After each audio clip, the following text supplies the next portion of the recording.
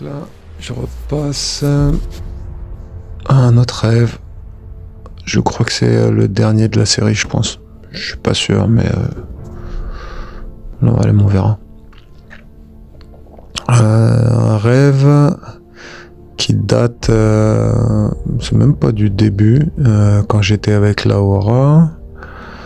On était déjà ensemble depuis un moment. Et là, j'étais à... C'est quand j'arrive à Malte, juste après Belfast. Donc, avec Laura, quand je t'ai dit qu'il y a certains noms qui vont ressortir dans l'histoire des 2 ans et demi, bah, sache qu'elle aussi, elle en fait partie. Et elle... bon, si un jour ça lui arrivait jusqu'aux oreilles, je vais faire comme si je m'adressais à elle directement. Et écoute-moi, ce jour où je t'ai proposé mon amitié, t'aurais vraiment dû accepter. Donc à son sujet, j'en dis pas plus, mais c'est clair qu'elle, le siège empoisonné sur lequel elle s'est assise, personne n'en voudrait. Mais bon, c'est comme ça. Voilà, on arrive à Malte, tout se passe bien. Tout va pour le mieux dans le meilleur des mondes. Et un jour, en plein rêve, je me retrouve dans une rue, je vais pas dire extrêmement large, mais vraiment très large, avec 2 colonnes de bâtiments qui... Comme si tu te retrouvais, je sais pas moi, dans une super grosse rue bien large de New York, par exemple, un truc comme ça. Avec des bâtiments qui montent. Donc là, dans ce cas de figure-là, pas des bâtiments super hauts comme si tu étais aux States, mais des bâtiments. Donc là, je me retrouve dans cette rue ultra large et je vois plein de gens qui courent dans le sens opposé du mien. Moi, c'est comme si je marchais vers l'avant et je vois plein de gens courir dans le sens opposé.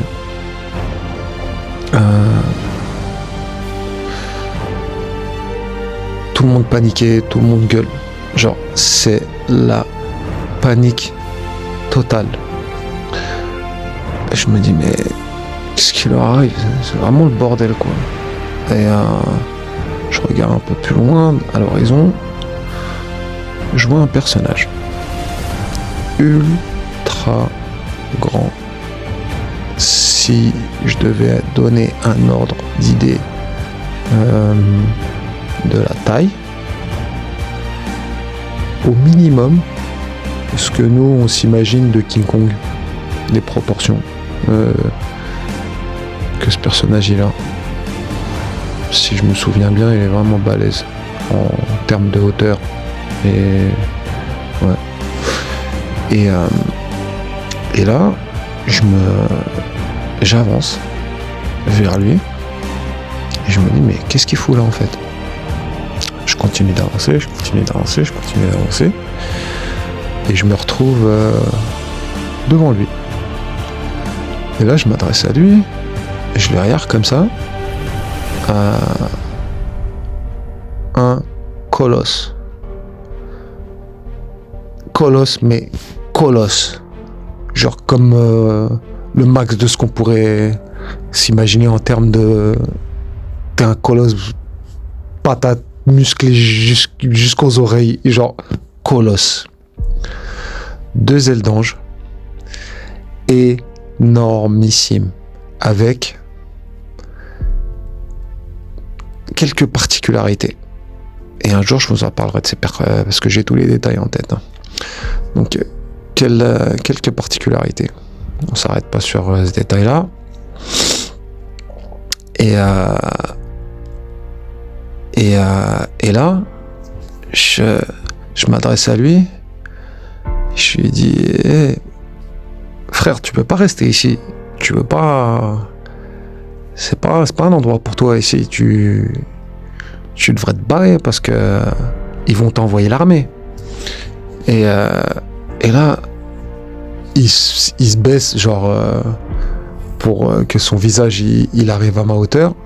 Particularité, un détail que j'avais pas prêté attention sur le moment, mais en fin de compte qui m'a sauté aux yeux. Premier détail, c'est que je vois son visage entièrement rempli de tatouages. Des tatouages fins, pas des tatouages genre super lourds, genre bien corsés, quoi. Genre, je sais pas, comme, je sais pas moi, allez, en tête, Mike Tyson par exemple. Le tatouage qu'il a, c'est pas. Là, les tatouages, c'était que des petits symboles. Des petits symboles partout, absolument partout. Pas que sur son visage en fin de compte, mais sur son corps. Il avait le corps tatoué des pieds à la tête. Que des petits symboles. Limite, comme quand tu vois c'est le bordel sur un tableau de classe et que t'arrives devant un professeur fou qui a lâché 1 milliard d'équations, ça fait voilà, le même genre de bordel que tu trouverais sur ce genre de tableau, sauf sur son visage. C'était que des petits symboles. Deuxième particularité. Troisième particularité, ses yeux noirs. Noir sans blanc. Tout noir. Et face à lui, du coup, mais vraiment de face, quoi. Alors parce qu'il s'est vraiment, voilà, il s'est mis à ma hauteur. Face à moi, il me regarde, genre l'air de dire, mais t'es qui, toi? Et là, je lui répète, écoute, moi, j'ai pas peur de toi. Donc, limite, ni tu me fais peur, ni tu me feras peur. Par contre, barre-toi, quoi. Parce qu'ils vont vraiment t'envoyer l'armée. Ici, ils accepteront pas un être de ton espèce, de ton genre. Genre, regard sauvage, quoi. Visage fermé. Il m'observe pendant peut-être quelques secondes.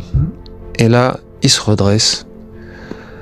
Et je lui dis, ouais, mais au fait, t'es qui, toi? Et là, il se met à pointer le doigt en l'air, l'index, vers le ciel. Et là, il commence à gueuler. Genre, mais quand je te dis gueuler, c'est comme si... c'est comme si t'entendais parler la foudre, le tonnerre. Tu vois l'impact du tonnerre quand ça pète, mais juste au-dessus de ta tête. Et ben lui, c'est ce que ça a fait lorsqu'il m'a gueulé son nom, en fait. Et là, il a crié Eraïm. E-R-A-I avec 2 petits points M. Eraïm. Il a crié tellement fort que ça en a fait trembler l'air, exactement comme si un 747 il passait à côté de toi, le moteur d'un 747 passait à côté de toi à faire trembler tout ce que contient l'atmosphère. Et ben ça a fait exactement la même chose, tellement fort que ça en a fait trembler l'air. Et là, après avoir crié, tu le vois, il part. Exactement le même genre de scène que quand tu vois un personnage de série ou n'importe quoi décoller, mais à en faire trembler l'air pareil, à une vitesse que, bon, t'imagines pas, il est là, il disparaît. Il était tellement réel, ce rêve, que lorsque je me suis réveillé, je me suis dit, qu'est-ce qui vient de se passer exactement comme les autres? C'est pas possible, c'était trop réel pour être un rêve. Et là, je sais pas si c'est le jour même, mais je pense que c'était le jour même. Je me retrouve dans l'appart avec Laura, tranquille. Et je lui dis, écoute, j'ai fait un de ces rêves. C'est juste trop. C'est abusé. Et là, je lui raconte. Donc, je crois qu'avant même de lui avoir même exposé le rêve et parlé du rêve, en fait, ouais, c'est comme ça que c'est passé. Je lui ai posé la question, je lui ai dit, le nom Eraïm, ça te dit quelque chose? Elle me dit non. Après, je lui ai dit, réfléchis, quoi, ça te dit rien du tout? Non. Là, je lui expose le rêve. Et elle avait... ça fait partie de l'histoire que j'avais avec elle. Depuis que je l'ai connue, ça, bon, j'ai connu quelques amis à elle, de la famille, tout ça, bref, comme tout le monde, d'autres amis où t'entends juste parler, mais bon, dont le nom revient souvent, donc limite, on dirait que tu les connais alors que tu les as jamais vus, mais bon, tu sais très bien qu'ils ont fait partie de sa life, donc forcément, c'est des personnes qui reviennent qui sont revenus dans certaines discussions. Et là, en l'occurrence, c'était un mec qui s'appelait Malik, je pense. Mais là, je suis pas sûr. Un artiste. Laura ayant fait modèle et compagnie, tous ces trucs de poupées, bref, me parlait souvent d'elle, et lui, je crois que je suis pas sûr que c'était un photographe, en plus d'être un artiste graphique. Je crois que lui, c'était juste un artiste graphique, je suis pas sûr. Et elle m'avait montré des dessins qu'il faisait, tout ça, donc c'était une personne qu'elle connaissait, et elle disait, regarde, tout ce mec-là, ce qu'il sait faire, bon, bah, certains dessins, franchement, ça va, qui rentre dans... Bon, voilà, ce que je considère comme ça va, le mec il est chaud quand même, et d'autres dessins où tu te rends compte que, bah voilà, quand même, c'est assez sombre. Et là, après lui avoir exposé... ah oui, et il y a un truc qu'elle adorait dire tout le temps, c'est, tu sais que ce mec-là, il m'a toujours dit que j'étais sa muse, je suis sa muse, tu sais que je suis la muse de ce mec-là, genre c'était une médaille qu'elle portait, qu'elle aimait bien afficher. Mais bon, moi ça me choquait pas, ni dans le propos, ni dans le fond, ni dans la forme, je veux dire, il n'y avait rien qui me choquait dans cette histoire. Et ouais, surtout qu'elle m'avait montré aussi un dessin qu'il avait fait d'elle et de ça, franchement, ultra réussi, je dis pas. Donc voilà, quoi, un mec compétent, quoi. Et elle me dit, bon, tu sais quoi, lui, bon, comme fidèle au dessin super sombre qu'il faisait, et donc je m'étais rendu compte que voilà, quoi, il était super branché par rapport à ça, truc que je déteste, hein. J'ai toujours détesté ce genre de trucs, symbolisme, les trucs de fils de pute, tous ces trucs sombres que moi j'ai jamais supporté, ni de près ni de loin, bref. Mais bon, elle me dit ouais, si tu veux, lui, tu sais qu'il est branché côté, je sais même pas si on peut appeler ça spirituel ou quoi, je sais plus quel mot elle a dû utiliser à ce moment-là. Elle me dit si tu veux et tout, et je le contacte, et peut-être que lui il aura une réponse par rapport à ce nom-là, ça, j'aimerais bien savoir et tout. Elle aussi, elle avait l'air d'être curieuse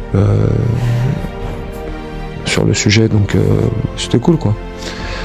Il est vraiment passé beaucoup de temps avant qu'il réponde, en fait.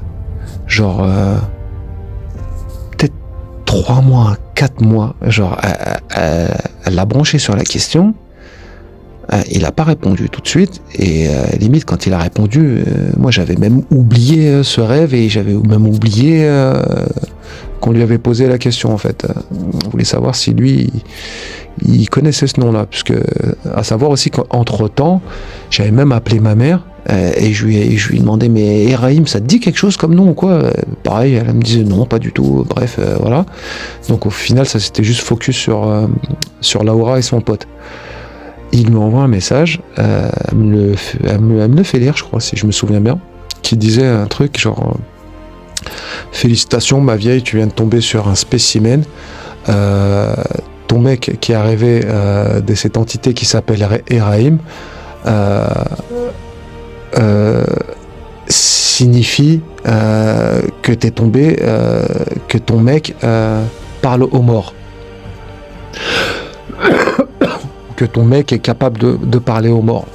Eraïm, c'est le symbole du langage des morts. ou de la personne qui parle avec les morts. Je sais plus exactement. Mais bon, bref. Déjà, ça donne le ton. Et rien. Moi, j'ai juste pris l'information. Je l'ai entendu. Je vais pas dire je l'ai intégré ou quoi que ce soit. Je l'ai entendu. C'est pas comme si ça m'avait fait ou chaud ou froid. Je sais même pas si ça m'a fait quelque chose. J'ai juste entendu, retenu et rien d'autre. La vie continue. Et pareil. Pardon. C'est le genre de rêve qui souvent m'était revenu. Voilà, sur un laps quand même plus court de temps, puisque là déjà je me trouve à Malte. Forcément, on se rapproche de la date du 19 novembre 2021, début de l'histoire des 2 ans et demi. Donc là déjà, on est plus proche de la date butoir. Là où je savais pas ce qui m'attendait en fait. Et qui fait que je vous raconte ces rêves là que je vous ai racontés comme étant les prémices de l'histoire que je vais vous raconter. Je crois que c'était le dernier de la liste. Si je devais en rajouter un, je crois que ça sert à rien de faire un vocal juste pour celui-là. On va dire je vais le rajouter. À savoir que pratiquement tous les jours de ma vie, jusqu'à... J'ai une date précise, je vous en parlerai. Cet épisode-là du moment où je vous en parlerai, de ce rêve-là, parce que j'en avais parlé à une personne bien précise, donc d'un événement bien précis, une période bien précise, donc forcément je vous raconterai, qui est lié aussi au passé, mais bon, qui rentrera dans l'histoire que je vais vous raconter, celle-là sera intégrée. Cet épisode-là, on peut l'appeler, on pourra l'appeler le jour où tout saute, ou où tout pète, voilà, tout simplement. Et voilà, c'est un rêve que j'ai fait durant pratiquement toute ma vie, jusqu'au jour où tout pète, ou en tout cas cette période-là, et qui fait que tous les jours je faisais le même rêve, ça, sous des formes différentes, mais ça a toujours été le même rêve. Le rêve, ça a toujours été de se faire courser par 10, 100, 500 personnes en même temps, tout le temps. En fait, mes rêves, pendant des années, ça a toujours été le même. Me faire courser et de me réveiller d'une humeur noire, puisque c'est le genre de truc qui fait que quand tu te réveilles, t'es juste de mauvaise humeur. Toujours le même rêve, toujours le même rêve. Je me suis retrouvé avec des personnes qui au réveil me disaient, voyant mon visage, t'as toujours fait le même rêve? Ouais, toujours le même.